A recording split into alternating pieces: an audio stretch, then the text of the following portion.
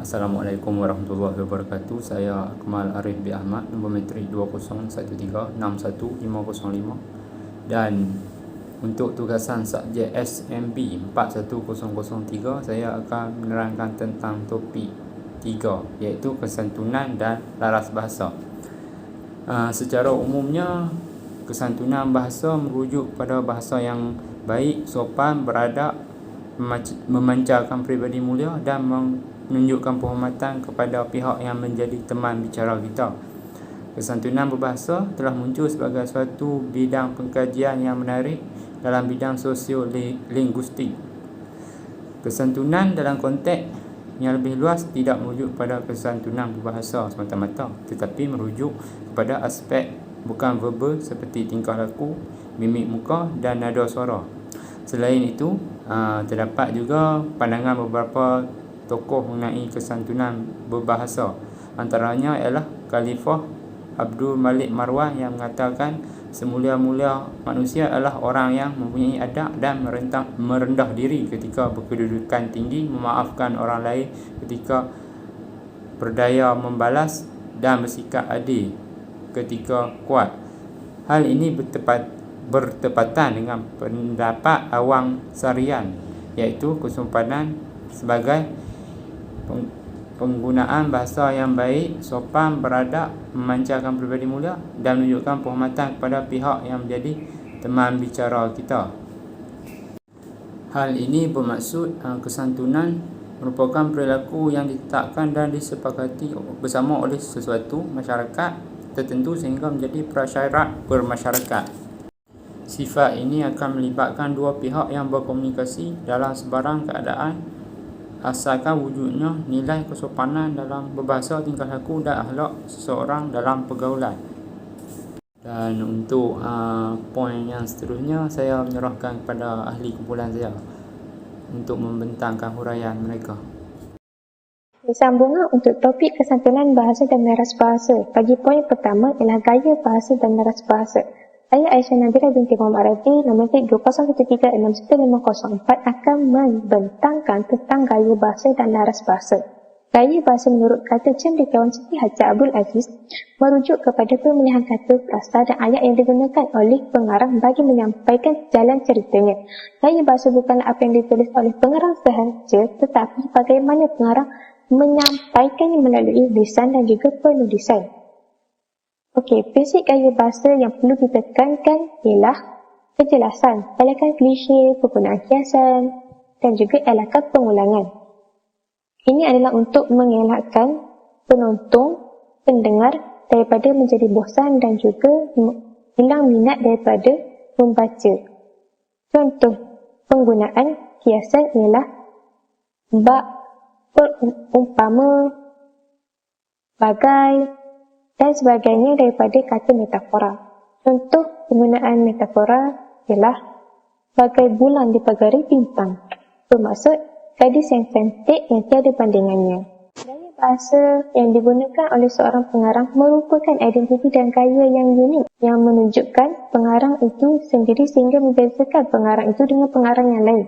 Contohnya penerbitan karya novel yang diminati oleh golongan muda dan golongan wanita pada saat ini kerana ayat yang digunakan amat gramatis dan juga menarik sehingga mereka tertarik untuk membacanya. Contoh ayat ialah sepenggal senyuman mengukir di bibir ketika dia menjawab soalan itu.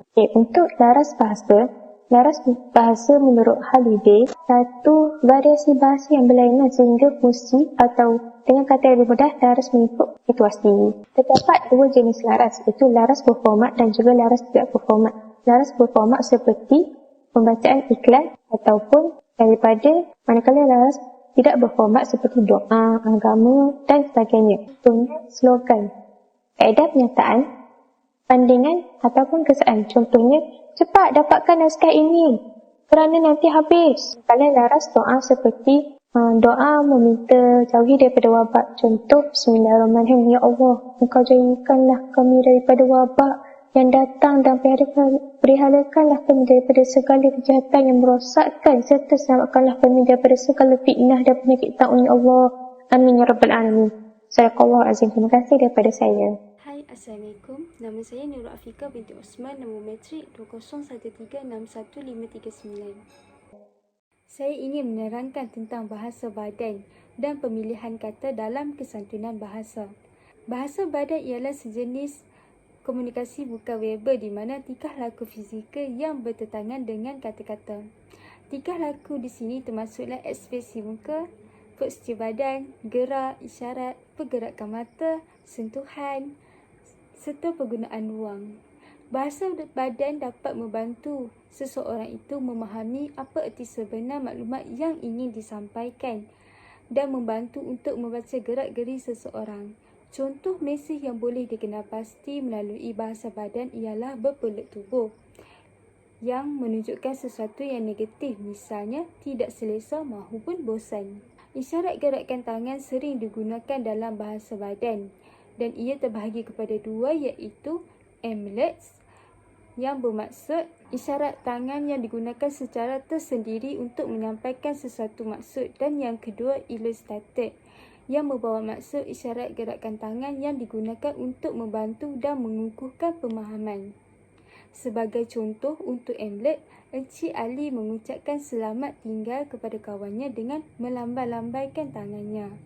Contoh untuk illustrated pula ialah cikgu meletakkan jari telunjuk di mulut sebagai tanda isyarat kepada murid-muridnya untuk diam dan tidak membuat bising.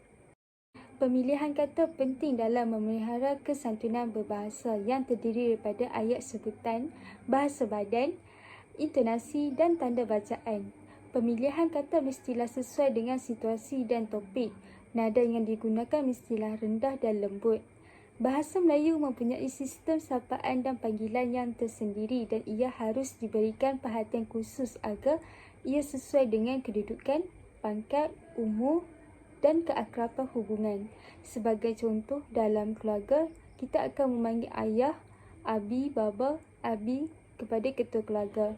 Sebagai contoh ayat ialah, ayah, saya nak minta izin untuk keluar, boleh ke? Hal ini menunjukkan kehormatan kita kepadanya.